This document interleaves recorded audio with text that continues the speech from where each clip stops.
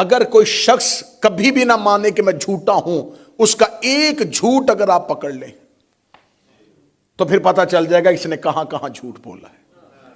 انہوں نے دعویٰ کر لیا تھا کہ ہم نے خلافت غصب نہیں کی۔ زہرا ثابت کرنا چاہتی تھی کہ تم نے کچھ غصب کیا ہے۔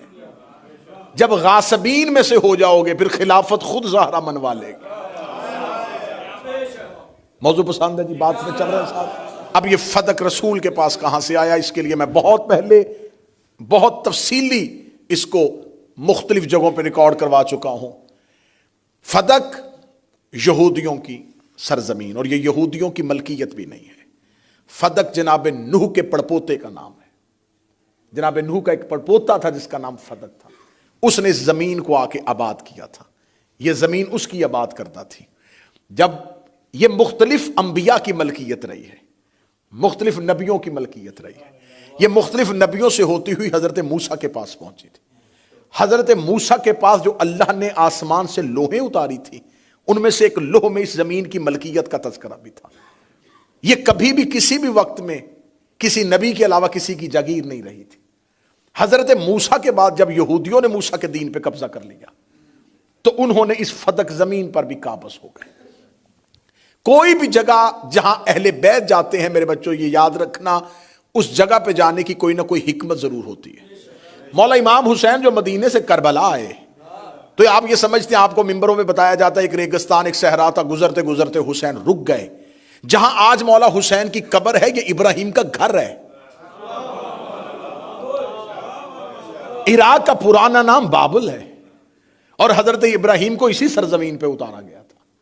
یہ جو آج کربلا ہے اس کا عبرانی زبان میں پرانا نام ار تھا۔ جہاں آج حسین مولا کی زرعی ہے یہاں حضرت ابراہیم کا گھر تھا۔ کبھی بھی امام کسی بھی دوسری جگہ پہ دفن نہیں ہوتے۔ ایک پوری مجلس پڑھی جائے گی کہ یہ بغداد کیوں پہنچے تھے، یہ طوس میں کیوں آئے تھے۔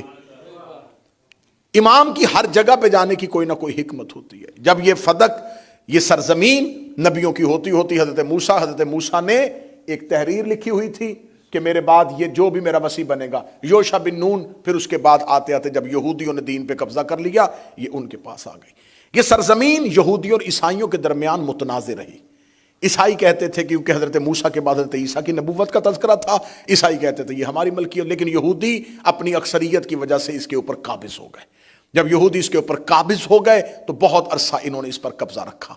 رسول اللہ نے حضرت علی کو وہاں بھیجا، اور وہاں بھیج کے یہودیوں سے دو مطالبے کیے۔ پہلا مطالبہ، یہ سب سرزمین جس پہ تم قابض ہو یہ تمہاری نہیں ہے، یہ ہر دور میں نبیوں کی ملکیت ہوتی ہے۔ دوسرا، تم اسی سرزمین کو جو ہماری ہے، جو رسول اللہ کی ہے، اسی سرزمین پہ رہ کے اسی رسول کے دین کے خلاف استعمال کر رہے ہو، جس کی ہم تمہیں اجازت نہیں دیں گے۔ جو ہی یہودیوں کو پتا چلا کہ مالک آ گیا ہے تو یہودیوں کے سربراہ نے اپنے صندوق میں سے وہ پرانی تحریریں نکالی۔ اس تحریر میں سے وہ تحریر نکالی جو دور حضرت موسیٰ سے چلتی ہوئی لوحوں کی صورت میں آ رہی تھی۔ اسی تحریر کے نیچے لکھ دیا کہ ہم نے جتنا عرصہ اس جگیر کی ملکیت اپنے پاس رکھی ہے وہ ہم مسلمانوں کے پیغمبر سے معافی چاہتے ہوئے یہ سرزمین اسے واپس کرتے ہیں۔ یہ زمین اس کو لینے کے لیے نہ کوئی جنگ ہوئی تھی، نہ کوئی جہاد ہوا تھا، نہ کوئی گھوڑے دوڑائے گئے تھے، نہ کوئی خون بہا تھا، نہ کوئی لشکر گیا تھا، نہ کسی نے وہاں جا کے محاصرہ کیا تھا۔ یہ انہیں خبر ہو گئی تھی کہ جہاں ہم بیٹھے تھے یہ ہماری نہیں تھی، اور عرب میں وہ نبی آ گیا ہے جو آخری نبی ہے، تو یہ سرزمین ہمیشہ نبیوں کی ہوتی ہے، لہٰذا ہم اسے واپس کر دیتے ہیں۔ یہ رسول اللہ کے پاس آ گئے۔ اب یہ مسلمانوں کی ملکیت تو بن نہیں سکتی کیونکہ یہ جناب نوح کے پڑپوتے سے ہوتی ہوتی نبیوں کے پاس رہی ہے۔ اگر یہ کسی نبی کے بعد اس کی امت کی ملکیت ہوتی تو مصطفیٰ کبھی بھی یہودیوں سے واپس نہ لیتے۔ میں محنت کر کے آپ کے سامنے پڑھوں، اگر یہ کسی نبی کے جانے کے بعد اس کی امت کا حصہ بن جاتی تو یہودی حضرت موسیٰ کے ماننے والے تھے، یہود کی اولاد تھے، کبھی بھی نبی ان کو بے دخل نہ کرتے۔ لیکن نبی کا اس سرزمین کو واپس لینا اس بات کی دلیل ہے کہ یہ امت کا نہیں، صرف پیغمبر کا حق ہے۔ صرف رسول کا حق ہے۔ جب رسول اللہ نے وہ جاگیر لے لی تو یہ کیا سنہ ہے؟ 7 ہجری، 7 ہجری جنگ خیبر کی فتح کے بعد یہ سرزمین رسول اللہ کے پاس آ گئے۔ رسول اللہ اپنے گھر بیٹھے تھے، یہاں آسمان سے جبریل امین قرآن کی آیت لے گیا، وَآتَ ذِی الْقُرْبَى حَقَّهُ، میرا حبیب اپنے قربا کو ان کا حق دے۔ فرمایا جبرائیل کیا پیغمبر سے پوچھ سکتا ہے کہ اس سے مراد کیا ہے؟ جتنی اہل سنت تفاسیر چاہیے وہ دکھانے کے لیے تیار ہوں۔ جبریل امین دوبارہ نازل ہوئے اور کہتے خدا کہتا ہے کہ فاطمہ کو بلاؤ اور فدق اسے دے دو۔ یہ فدق زہرا کے حوالے کر دیا جائے۔ اب آپ مجھ پہ سوال کریں کہ آپ نے دیکھے جی آپ نے 10-12 منٹ کی تمہید کی ہے، یہ نبیوں کا حصہ ہوتی ہے، تو جناب فاطمہ کے پاس تو نبوت نہیں تھی۔ نبوت کا دروازہ بند ہونا تھا اور بعد میں سلسلہ امامت نے شروع ہونا تھا۔ امام نے حکومت کو نافذ کرنا تھا جیسے نبی کرتا ہے۔ تو اب اس ولایت اور اس حکومت کو نافذ کرنے کے لیے اب اگر رسول اللہ نے اپنے بعد اپنا جانشین مولا امیر المومنین کو بنانا ہے، مولا امیر المومنین نے جب حکومت قائم کرنی ہے زمین پر، تو مولا امیر المومنین کو اس حکومت کو زمین پر چلانے کے لیے مالی طور پر کوئی ایسا مال کی کثرت چاہیے جس سے وہ نظام حکومت چلا سکے۔ اور اہل بیت کے ہاں ایک وقت کی روٹی بھی فقیر کو دے دی جاتی ہے۔ اہل بیت کے ہاں فاقے ہوتے ہیں، ان کے ہاں مال اکٹھا نہیں کیا جاتا۔ اب مولا امیر المومنین نے نہ ہی کوئی اتنا مال بنایا تھا جس سے وہ اتنی بڑی مملکت اسلامی کو چلا سکتے۔ جب مولا امیر المومنین کے پاس ایسے کوئی مالی سورسز نہیں تھے، کوئی ذرائع نہیں تھے، تو اب اللہ نے تو اس نظام کو چلانا تھا، تو خدا نے بذریعہ پیغمبر علی کی حکومت کے نظام کو قائم رکھنے کے لیے یہ جاگیر زہرا کے حوالے کی۔ 7 ہجری میں بی بی کے پاس آئی، 11 ہجری میں رسول کا دنیا سے جانا ہوا، رسول اللہ کی شہادت ہوئی۔ 4 سال مسلسل یہ جاگیر جناب سیدہ کے پاس رہی۔ جب یہ جناب سیدہ کے پاس آئی تو جب رسول کے پاس تھی تب تک رسول کی تھی، جب رسول نے لکھ کے بی بی کو دے دی تو اب یہ ملکیت فاطمہ بن گئی ہے۔ لو پہلا جملہ اتنی محنت کے بعد پڑھنے لگا ہوں، جس نے یہ جملہ سمجھا وہ سمجھے کہ اس نے آج کی اور کل کی مجلس سمجھ آئے گا۔ فدق زہرا کی وراثت کا مسئلہ نہیں ہے، ملکیت کا مسئلہ ہے۔ آج کے بعد شیعہ اپنی سوچ کا زاویہ اس انداز سے لیجئے گا کہ حاکم نے نبی کی وراثت پہ قبضہ نہیں کیا، فاطمہ کی ملکیت پہ قبضہ کیا۔ وراثت مرنے کے بعد تقسیم ہوتی ہے۔ اگر کسی انسان کا کوئی ایک بیٹا ہو، 4 بیٹے ہوں، مرنے کے بعد وراثت تقسیم ہو، 3 نافرمان ہو، 1 فرما بردار ہو، وہ اپنی زندگی میں کہے نہیں بعد میں وراثت ہوگی تو ان 3 کو بھی ملے گی، میں زندگی میں 1 ہی کو دے دیتا ہوں، تو وہ 1 کے نام کر دے۔ جب وہ اس کے نام ٹرانسفر ہو جائے گی تو اب وہ وراثت میں تقسیم نہیں ہوگی، کیونکہ مالک نے زندگی میں مالک تبدیل کیا ہے۔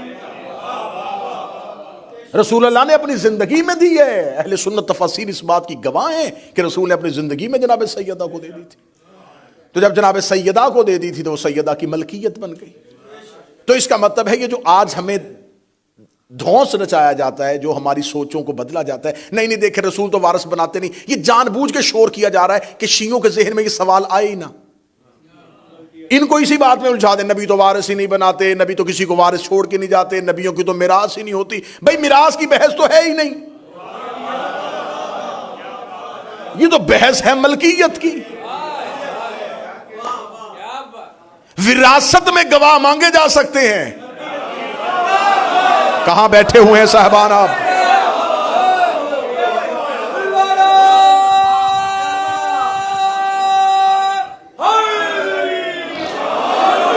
ایک بندے کے پاس اپنی ایک پراپرٹی ہو، اس کی اپنی ذاتی ہو، اس کے نام پہ وہ پراپرٹی ہو، دوسرا انسان آ کے اس سے وہ پراپرٹی چھین لے، وہ پلاٹ پہ قبضہ کر لے، کیس کورٹ میں چلا جائے۔ اب مجھے بتائیں کہ آج کی عدالت گواہ قبضہ کرنے والے سے مانگے گی یا مالک سے مانگے گی؟ مالک کی زمین پہ قبضہ کیا گیا، قابض بھی چلا گیا کورٹ میں، مالک بھی کورٹ میں چلا گیا، مالک نے کہا یہ دیکھے جی میرے پاس ملکیتی کاغذ ہے، یہ تو میری زمین تھی، قابض نے کہا نہیں یہ تو میری ہے، عدالت کہے گی اگر تیری ہے تو بتا، تحریر، ثبوت، گواہ۔ دربار میں گواہ حاکم نے دینے تھے، زہرا نے نہیں دینے تھے۔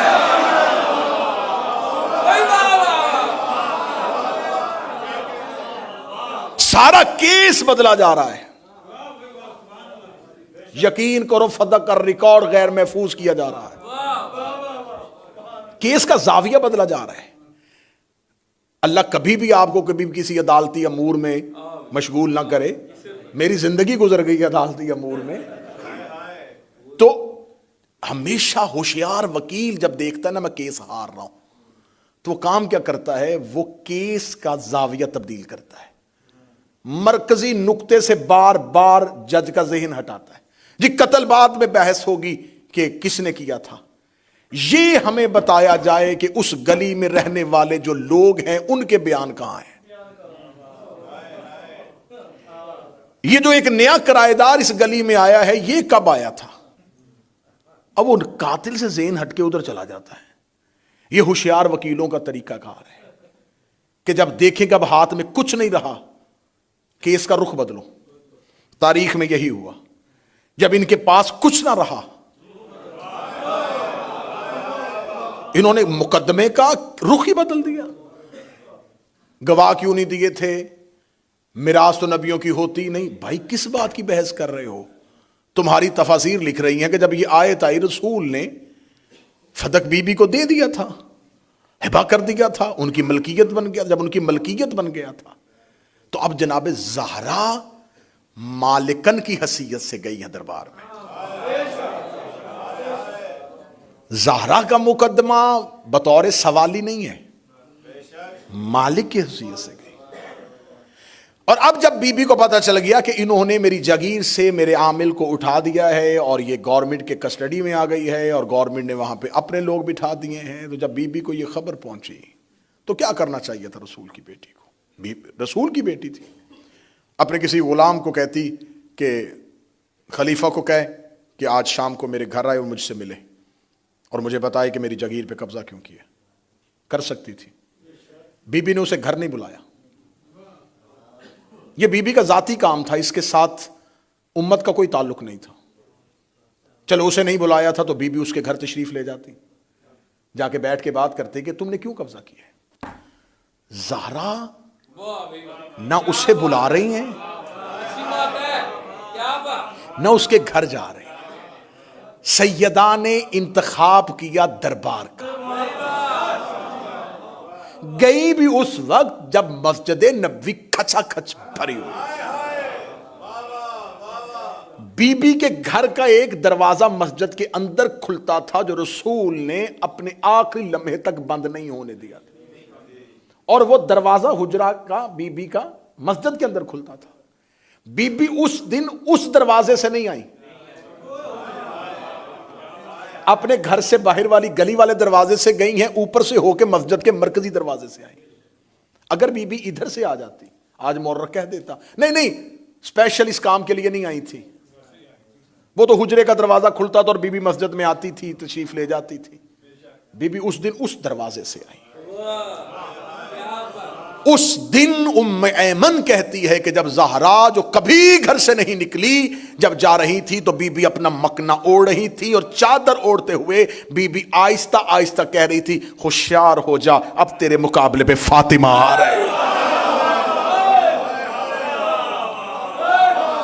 ام ایمن کہتی ہے کہ اس دن زہرا کے چلنے کا انداز مصطفیٰ والا، سیدہ کی چلنے میں ہیبت تھی۔ یوں شہزادی مرکزی دروازے سے دربار کے اندر داخل ہوئی۔ جو ہی دربار کے اندر داخل ہوئی تو اب یہ حاکم کے لیے چونکا دینے والی چیز تھی۔ سوچ بھی نہیں سکتے تھے کہ ایسا ری ایکشن آ جائے گا۔ یہ کیا ہوا؟ زہرا مرکزی دروازے۔ اب وہ لوگ جنہوں نے رات کی تاریکی میں ان کی بیعت کی ہے، لیکن انہیں پتا ہے کہ سیدہ کون ہے، وہ مقام زہرا سے واقف ہیں، انہوں نے نبی کو ان کے دروازے پر رکتے ہوئے دیکھا ہے، انہیں خبر ہے۔ اب وہ خوف زدہ ہو گئے، چپ ہے، خاموش ہے سارے، اور سیدہ ام ایمن کے کاندھے پہ ہاتھ رکھے ہوئے دربار کے مرکزی دروازے سے اندر آئی۔ حاکم اٹھ کے کھڑا ہوا، بنت پیغمبر آپ دربار میں تشریف لے آئیں؟ کیوں؟ بیوی نے کہا پوچھنے آئی ہوں، میرے جاگیر سے میرے عاملین کو کیوں اٹھایا گیا ہے؟ وہ سیدہ ہم کیونکہ نظام حکومت چلانا ہے، تو اب یہ نظام حکومت کے لیے ان کو فوراً ابھی 3 دن پہلے تو ان کی خلافت قائم ہوئی ہے، اتنی جلدی ان کو پیسوں کی ضرورت کہاں پڑ گئی؟ جسے کل والی مجلس یاد ہے، میں کل بتا چکا ہوں کہ بیت المال سب سارا ابو سفیان کو دے دیا، بیت المال کی تو چابیاں اس کے ہاتھ میں دے دی صرف بنی امیہ کی بیعت کے لیے۔ اب یہ گورنمنٹ کیسے چلائیں؟ فوجیوں کو پتا چل گیا اس مہینے تنخواہ نہیں ملنی، کون کام کرے گا؟ قبائل کو پتا چل گیا کہ اس نے وظیفہ نہیں ہے کیونکہ بیت المال خالی ہے، پیسے کوئی نہیں ہے، وظیفے کوئی نہیں آنے، بغاوت ہو جائے گی۔ تو اس وقتی کشمکش کو فوراً کرتے ہوئے سیدہ کی جاگیر پہ قبضہ کر لیا گیا۔ اس سے 2 فائدے ہوں گے، ایک تو جلدی جلدی ہم اپنا نظام حکومت چلا سکیں گے، اور دوسرا فائدہ یہ ہوگا علی کے ہاتھ میں کچھ نہیں رہے گا۔ اگر علی ہمارے خلاف اٹھے گا بھی تو کیسے اٹھے گا؟ مالی طاقت نہیں ہوگی، افرادی قوت ہو بھی گئی تو مالی قوت نہیں ہوگی۔ جناب زہرا نے کہا میری جاگیر پہ قبضہ کیوں کیا؟ میری جاگیر پہ، رسول کی نہیں۔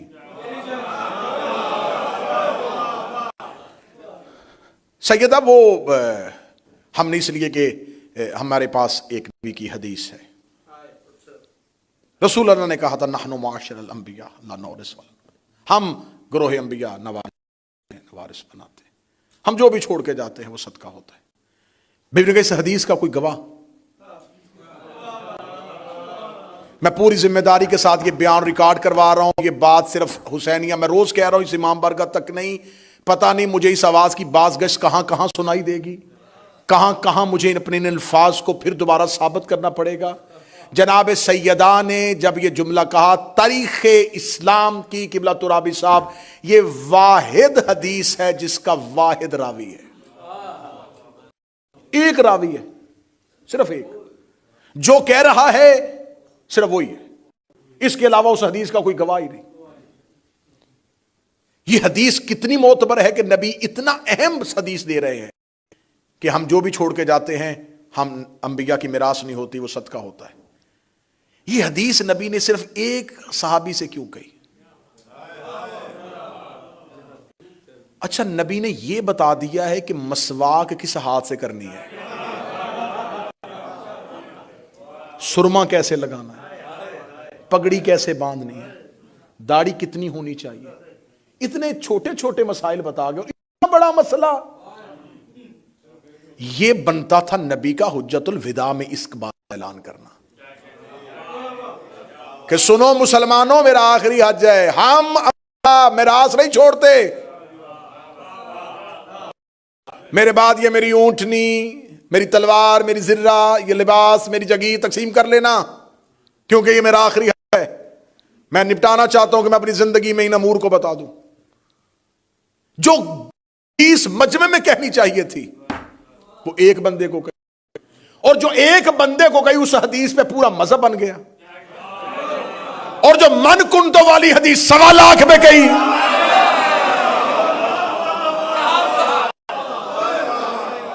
ایک بندے والی حدیث مان لی۔ اب بتاؤ اہل حدیث کون ہے؟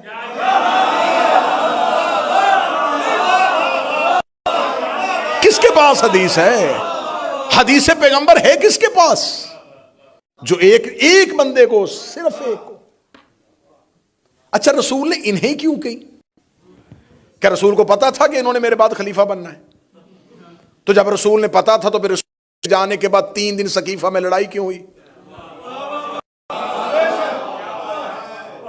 ان کو پہلے دن کہہ دینا چاہیے دیکھو نبی مجھے یہ حدیث کہہ کے کہتے، اور نبی ساتھ یہ بھی بتا کے کہتے کیونکہ تو نے میرے بعد خلیفہ بننا ہے۔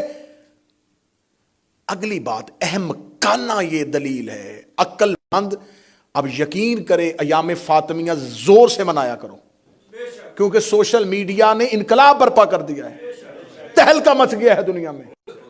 جو شیعوں بچوں کو، اپنے اہل سنت بچوں کو شیعوں کی مجلسوں میں نہیں آنے دیتے تھے، آج وہ ہتھیلیوں پہ ہمیں سن رہے ہیں، وہ جا کے جواب مانگتے ہیں، بتائیں جی اس کا جواب دیں۔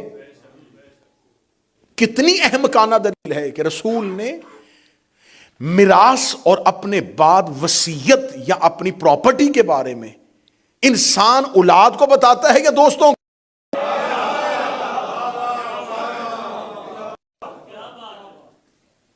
یہ کبھی ہوا ہے کہ بندہ گھر میں کسی بھی کچھ نہ بتائے اور باہر جا کے دوستوں کو ہوٹل میں بلا کے کہے میں تمہیں بتانا چاہتا تھا کہ میرے بعد میری پراپرٹی کا یہ کام کرنا تم نے؟ تو یہ بات دوستوں سے کرنے والی نہیں ہے، گھر والوں سے کرنے والی. اور گھر والے سامنے سارے کھڑے، نہ مولا علی کہہ رہے ہیں کہ میرے پاس یہ حدیث ہے، ادا کہہ رہی ہے میرے پاس یہ حدیث ہے، نہ حسن حسین کہہ رہے ہیں میرے پاس یہ ہے. وہ سامنے کھڑے کہہ رہے ہیں یہ نبی نے نہیں کہا، اور وہ کہہ رہے ہیں کہ کہا ہے. اب میرا اہل سنت بھائی، میں بار بار کہہ رہا ہوں، کسی چند شخصیتوں کو بچانے کے لیے تم نے اپنی آخرت بھی قربان کر دی ہے، تم نے جنت بھی داؤ پہ لگا دی ہے، تم نے اپنے اعمال بھی ختم کروا دیے ہیں. کڑوا گھونٹ ہے، بھر لو، تھوڑی سی تکلیف ہوگی سہ لو. صرف یہی ہوگی نا کہ انہیں تو ہم مانتے یہ ایسے نکلے، کچھ نہیں ہوتا، تم تو بچ جاؤ گے، تمہارا حشر تو آسان ہو جائے گا. انہوں نے قبر میں نہیں آنا، یہ دن اپنے اعمال کا جواب خود دیں گے. مجھے صرف اتنا بتاؤ کہ ادھر نبی کے 4 خاندان اور نبی کے فیملی کے ممبرز کھڑے کہہ رہے ہیں کہ نبی نے یہ نہیں کہا، ایک بندہ کھڑا کہہ رہا ہے کہ کہا ہے. اب بتاؤ قرآن سے کہا ہے یا انہیں کہا؟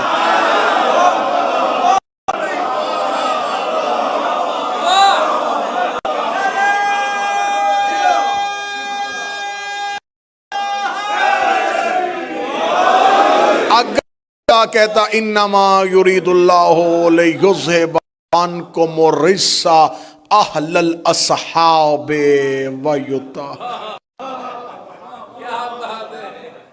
یہ ہمارے اہل سنت بھائی. بسم اللہ جی، بسم اللہ، بسم اللہ، بسم اللہ.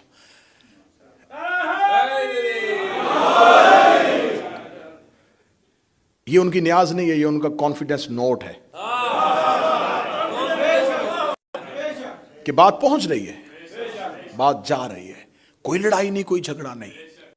عقل یہ تقاضا کرتی ہے کہ ادھر ایک شخص کہہ رہا ہے کہ یہ حدیث ہے، 4 کہہ رہے نہیں ہیں.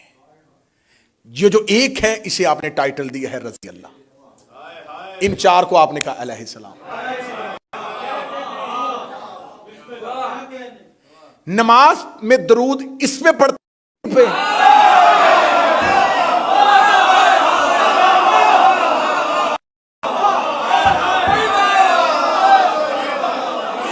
جوانان جنت کے سردار ادھر ہے یا ادھر؟ بضعۃ منی ادھر ہے یا ادھر؟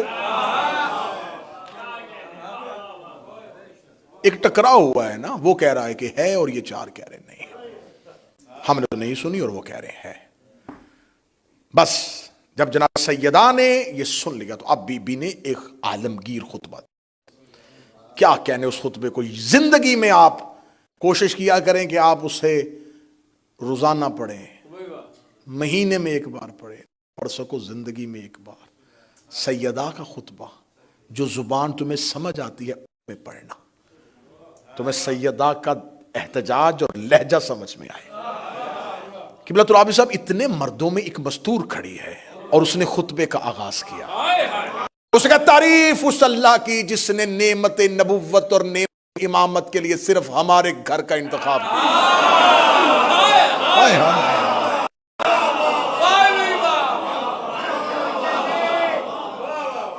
اور میرے لفظوں کی کیا حیثیت ہے، اور میں تیرے کلام پہ نہج البلاغہ قربان کروں.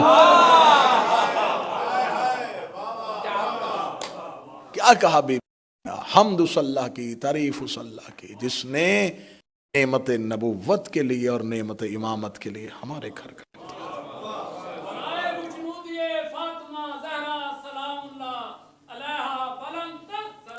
اللہ صلی علی محمد. اس کے بعد بی بی نے خطبہ دینا شروع کیا. طویل خطبہ. بی بی نے مقصد بعثت پیغمبر کو بیان کیا، رسول کے بعثت کے قبل کے زمانے جاہلیت کے حالات بیان کیے. میں ایک ایک جملہ سب میں سے لیتا جاؤں گا. جب بی بی نے مقصد بعثت بیان کرنے سے پہلے حالات عرب پڑھے تو آپ ابھی جا کے گوگل پہ دیکھیے گا بی بی کا خطبے میں وہ جملہ کتنا دبنگ لہجہ ہے. کہ اتنے ہجوم کے اندر کھڑی ہے اور وہ کھڑی ہو کے کہہ رہی ہے تم اونٹنی کا پیشاب پیتے تھے، میرے بابا نے تمہیں انسان بنایا ہے۔ تم گندے جوہڑوں سے پانی پیتے تھے، تم حرام جانوروں کا گوشت کھاتے تھے، میرے بابا نے تمہیں، اور ان کی آنکھیں کھلی ہیں اور سیدہ ان کی زمانے جاہلیت کے حالات پڑھ رہے ہیں۔ تم کیا تھے؟ اسے اردو ادب میں کہتے ہیں کسی کے منہ پہ کھڑے ہو کے اسے اوقات بتانا۔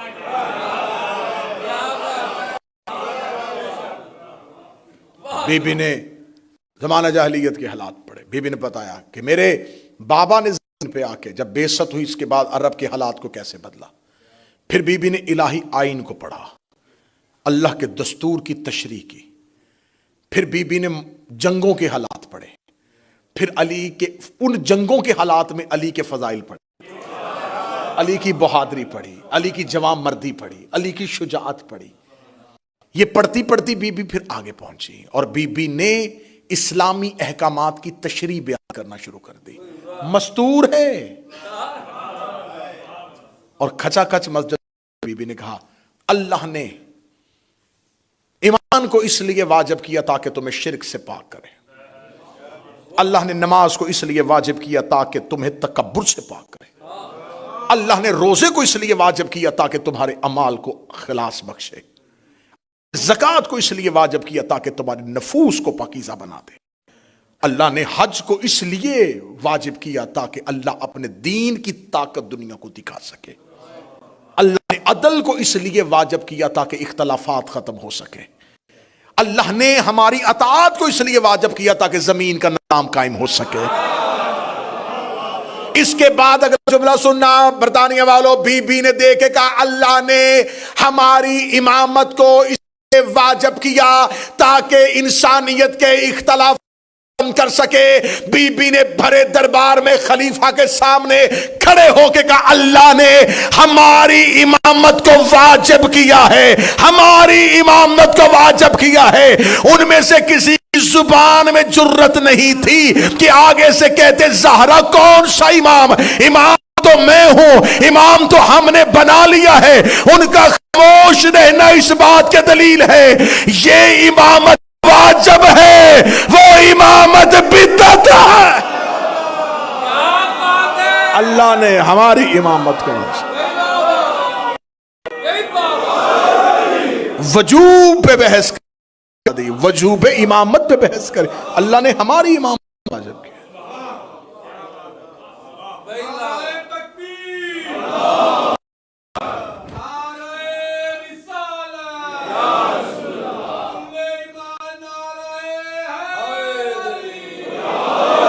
اب بی بی نے کیا کہا؟ بے شک۔ اب شہزادی کیا کہا؟ شہزادی نے کہا اللہ نے ایمان کو کیوں واجب کیا، اللہ نے نماز کو کیوں واجب کیا، اللہ نے روزے کو کیوں واجب کیا، اللہ نے زکوٰۃ کو کیوں واجب کیا، اللہ نے عدل کو کیوں زمین پہ اتارا، اللہ نے حج کو زمین پہ کیوں اتارا، اللہ نے ہماری اطاعت کو کیوں واجب کیا، اللہ نے ہماری امامت کو کیوں واجب کیا۔ اب اس جملے کا میں داد قبلہ صاحب سے دینے لگا ہوں، اللہ نے کیوں واجب کیا، کیوں واجب کیا، کیوں واجب کیا۔ یہاں شہود پہ بات نہیں کر رہی، یہاں غائب پہ بات کر رہی ہے۔ یہ سب کو پتا ہے کہ نماز واجب ہے، یہ سب کو پتا تھا کہ روزہ واجب ہے، یہ سب کو پتا تھا کہ زکوٰۃ واجب ہے، یہ کسی کو بھی نہیں پتا تھا کیوں واجب ہے، اس لیے کہ کیوں اللہ جانتا ہے کہ کیوں واجب ہے۔ بی بی نے وہ نہیں بتایا جسے یہ جانتے تھے، بی بی نے وہ بتایا جسے صرف وہ جانتا، صرف اللہ جانتا ہے۔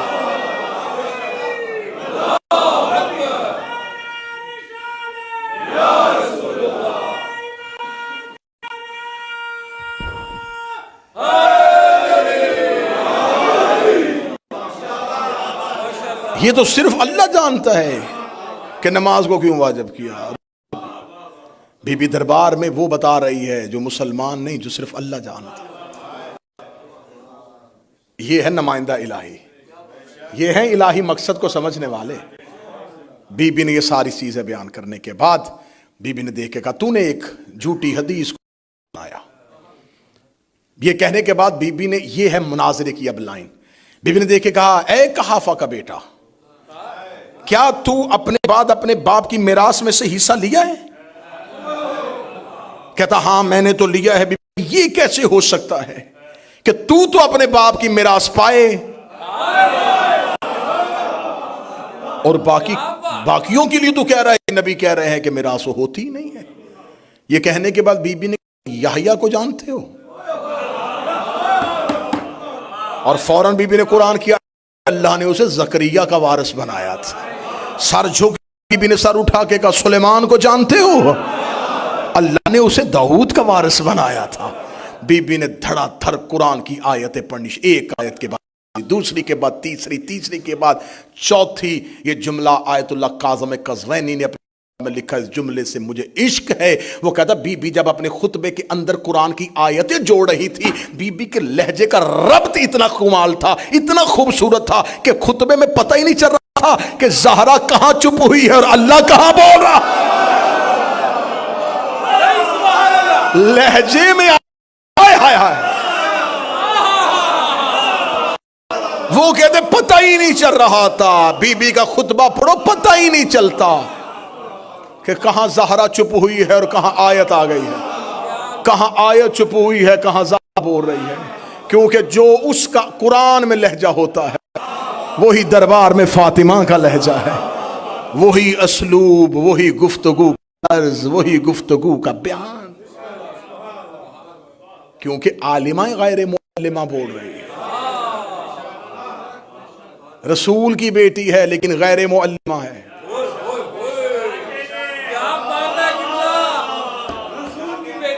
بیٹی ہے اور عالمہ غیر معلمہ ہے۔ عالمہ غیر معلمہ کا آسان ترجمہ ہے صرف اللہ کی شاگردہ۔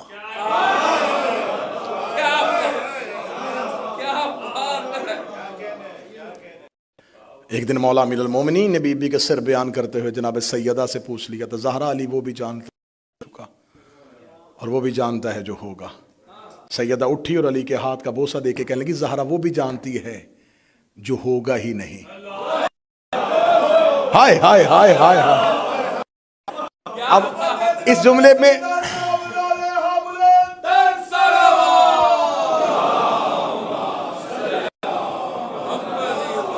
اس جملے کا سر نہیں آپ نے لیا، آپ نے اس جملے کا راز نہیں لیا۔ جو ہو چکا، علی کہتے ہیں میں وہ بھی جانتا ہوں، جو ہوگا وہ بھی جانتا ہوں۔ بی بی نے کہا میں وہ جانتی ہوں جو ہوگا ہی نہیں، کیونکہ جو ہو چکا ہے یہ بھی لوح پہ لکھا ہے، جو ہوگا یہ بھی لوح پہ۔ بی بی کہتی ہے میں وہ بھی جانتی ہوں جو لوح پہ لکھا ہی نہیں۔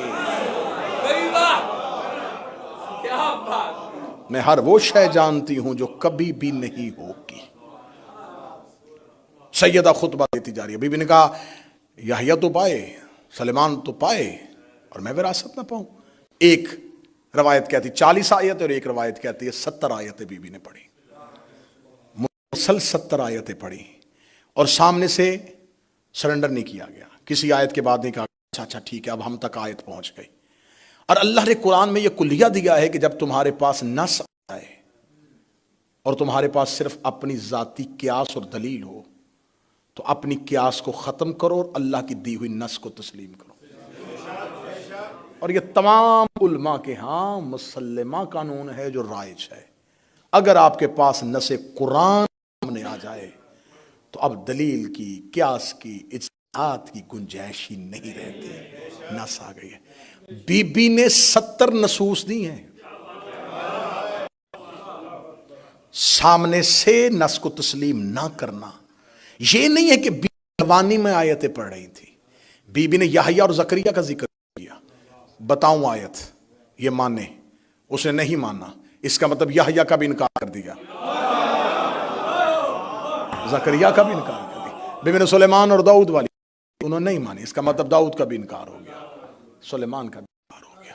بی بی نے 70 قرآن میں سے وہ آیتیں چنی تھیں جس انکار کے بعد اب کچھ بھی باقی نہیں رہتا۔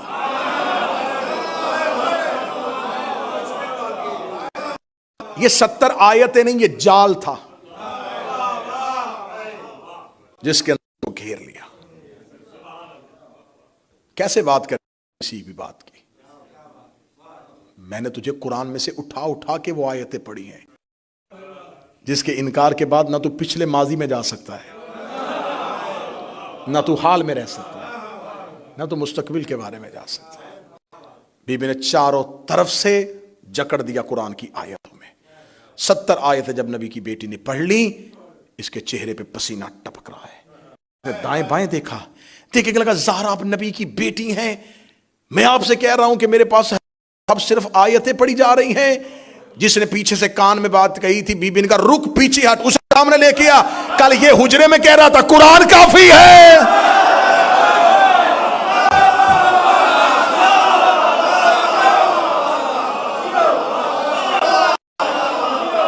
ہٹ پیچھے سے، اسے سامنے لے کے آ۔ 3 دن پہلے تو اس نے میرے بابا کے حجرے میں کھڑے ہو کے کہا تھا حسبنا کتاب اللہ، اللہ کی کتاب کافی ہے۔ اب میں پڑھ رہی ہوں تو مان کیوں نہیں رہا؟ اب مجھے بتاؤ، نہیں تو کیا ہے؟ یہ انقلاب نہیں ہے تو کیا ہے؟ شہزادی نے یدھونگ لہجے میں بات کی۔ بس بی بی کھجوروں کے باغوں کے لیے نہیں آئی تھی، بی بی نے جکڑ دیا، آیتوں کی زنجیریں پہنا دی۔ بی بی نے زمانہ جاہلیت کی باتیں کر کے شجرا بتایا، تشریحات اسلام خلیفہ وقت کے سامنے کر کے خود کو اسلام کا وارث بنایا۔ ظالم حاکم کے سامنے کھڑے ہو کے علی کے فضائل پڑھنے کے بعد شہزادی نے اپنی جرت کو ظاہر کیا، ایک انقلاب برپا کر کے، ایک تحریک برپا کر کے، ایک ہلچل مچا کے زہرا دربار سے فتح یاب ہو کے واپس پلٹی۔ اب اس پہ کل کی مجلس میں بھی بیٹھے گی، کیونکہ آج تو پورا موضوع ہی گزر گیا بی بی کے خطبے کے اندر، ورنہ میں اس خطبے کے اثرات اور اب اس اگلی مجلس میں اس خطبے پہ اٹھنے والے سوالات کے جوابات دیں گے۔ جناب سیدہ ایک انقلاب برپا کرنے کے بعد چلی گئی۔ جب حاکم نے کہہ دیا تھا کہ نبیوں کا ورثہ نہیں ہوتا، نبیوں کی میراث نہیں ہوتی، تو پھر رسول اللہ کے جانے کے بعد اب یہ سوال ہے کہ یہ فدق کہاں گیا؟ رسول اللہ کے جانے کے بعد اس پہ قبضہ کیا گیا، پہلی خلافت ان کے پاس، دوسری خلافت میں ان کے پاس۔ جب تیسرا خلیفہ آیا وہ بنی امیہ میں سے تھا، اس نے پورے کی پوری جاگیر اپنے داماد مروان بن حکم جو رسول کا دھتا ہوا تھا اس کے حوالے کر دی۔ تو جب نبیوں کی میراث نہیں ہوتی، جو چیز نبی کی بیٹی کو نہیں ملی وہ خلیفہ نے بطور خلیفہ اپنے داماد کو کیسے دی؟ پھر اس کے بعد یہ مروان بن حکم کے پاس رہا۔ مروان بن حکم کے بعد جب معاویہ بن ابو سفیان آیا، اس نے اسی جگیر فدق کو 3 حصوں میں تقسیم کیا۔ یہ بات بڑے غور سے سنیے گا، آخری بات کر رہا ہوں، 3 حصوں میں تقسیم کیا۔ 1/3 مروان کے پاس رہنے دیا، 1/3 اپنے بیٹے یزید کے نام کر دیا، اور 1/3 سعید بن عثمان بن عفان کے نام کیا۔ اب اس کا مطلب ہے کہ وہ جو زہرا سینی تھی اب یہاں پہ آ کے 3 حصوں میں تقسیم ہو گئی، مختلف حصوں میں بانٹ دی گئی۔ اس کے بعد یزید کے بعد جب پھر دوبارہ مروان کی حکومت آئی، اس نے دوبارہ تخت سنبھالا، اس نے بے دخل کر کے پھر پوری کی پوری جاگیر اپنے پاس لی۔ پھر اس کے بعد فدق جو ہے یہ عبدالعزیز اس کے بیٹے ملکیت رہا۔ پھر عمر بن عبدالعزیز آیا، اس نے اپنے عرصے میں آتے ہی سب سے پہلے 2 کام کیے، ایک ممبروں پہ علی پہ سب و شتم بند کروایا، ایک فدق بنی فاطمہ کو واپس کیا۔ اس کے بعد پھر بنی امیہ نے پھر دوبارہ چھین لیا۔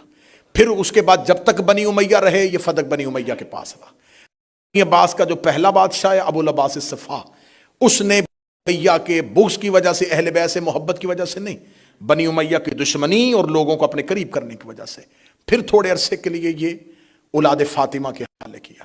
پھر یہ اولاد فاطمہ کے پاس جاتا ہے، پھر منصور دیوانکی کا دور آیا، اس نے پھر چھین لیا۔ پھر مہدی عباسی کا دور آیا، اس نے واپس کر دیا۔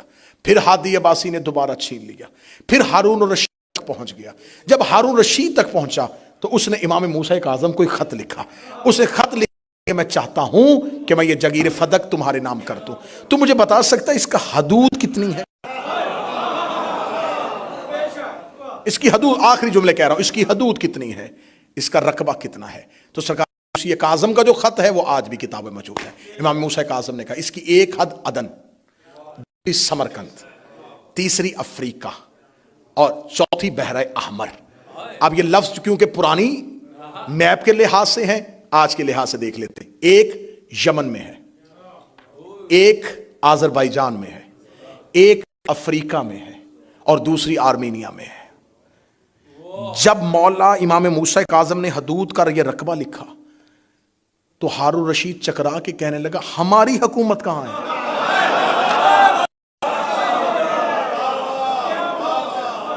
میں محنت آپ تک پہنچا رہا ہوں، میں نے وقت ضائع نہیں کیا، میں نے لمحہ ضائع نہیں کیا، میں نے مجمع سے ہاتھ نہیں اٹھوائے، میں نے نعرے کی زحمت نہیں دی، میں نے مجمع آگے پیچھے نہیں کیا، صرف میں جیسے نمازی نماز پڑھتا ہے ویسے یہ حقائق آپ تک پہنچا رہا ہوں. اب جب اس نے یہ کہا کہ ہماری حکومت کہاں ہے تو اب یہ سوال تھا کہ وہ فدق جو مدینے سے نکلا تھا یہ بجائے سکڑنے کے پھیلا کیسے؟ اب اس وقت فدق کدھر ہے؟ ایک شخص نے مجھے کہا کہ مجھے کاروبار کرنے کے لیے کچھ بھی نہیں ہے میرے پاس، مجھے 10,000 دے دے. میں نے اسے 10,000 دیا، اس نے 10,000 سے کاروبار شروع کیا، کرتا کرتا کرتا وہ 10 ارب تک پہنچ گیا. اس کے پاس آیا تو اس نے کہا یہ 10 ارب نہیں ہے، یہ اصل میں وہی 10,000 ہے جو پھیلتا پھیلتا 10 ارب تک پہنچ گیا تھا. جب فتوحات اسلامیہ ہوتی گئی تو خلیفہ نے کہا تھا کہ ہم نے اس کو قبضہ اس لیے کیا ہے تاکہ ہم اس سے جنگی استعمال کے لیے ہتھیار لیں گے، آلات استعمال کریں گے. تو یہ جہاں جہاں اسلام پھیلتا گیا، کیونکہ جس جگیر سے مال لے کے جا رہے تھے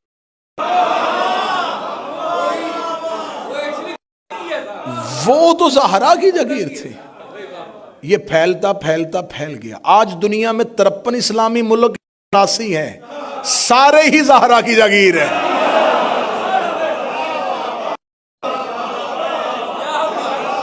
جہاں جہاں لا الہ پہنچا ہے وہ زہرا کی جگیر. بسم اللہ صلی